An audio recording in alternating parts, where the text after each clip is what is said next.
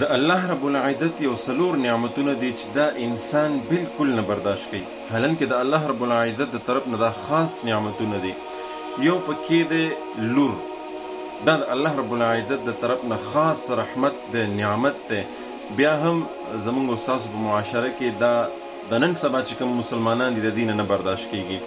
دویم دی میلمه، دا هم د الله رب العزت د طرف نه رحمت وي، خو مونږ او تاسو یې نشو برداشت کولی. او ورپسې دریم نمبر باران، دا هم د الله رب العزت د رحمتونو نه یو رحمت دی، خو الله رب العزت د دې نه زحمت نه جوړوي. او ورپسې څلورم نمبر بیماری، مونږ او تاسو کې خلک بیمار شي کنه، بس بیا قسمه قسم د الله رب العزت ناشکریانې کوي، ډېر سختې ناشکریانې کوي چې هغه ډېرې خطرناکې، ایمان ته نقصان رسوي. نعوذ بالله دا بیماری یوازې په ما باندې راغله، او یوازې نعوذ بالله الله زه لیدلی ما، او په بل چا باندې دا بیماری نه راځي، دغه قسمه خبرې بیا شروع کړي. دغه رنګې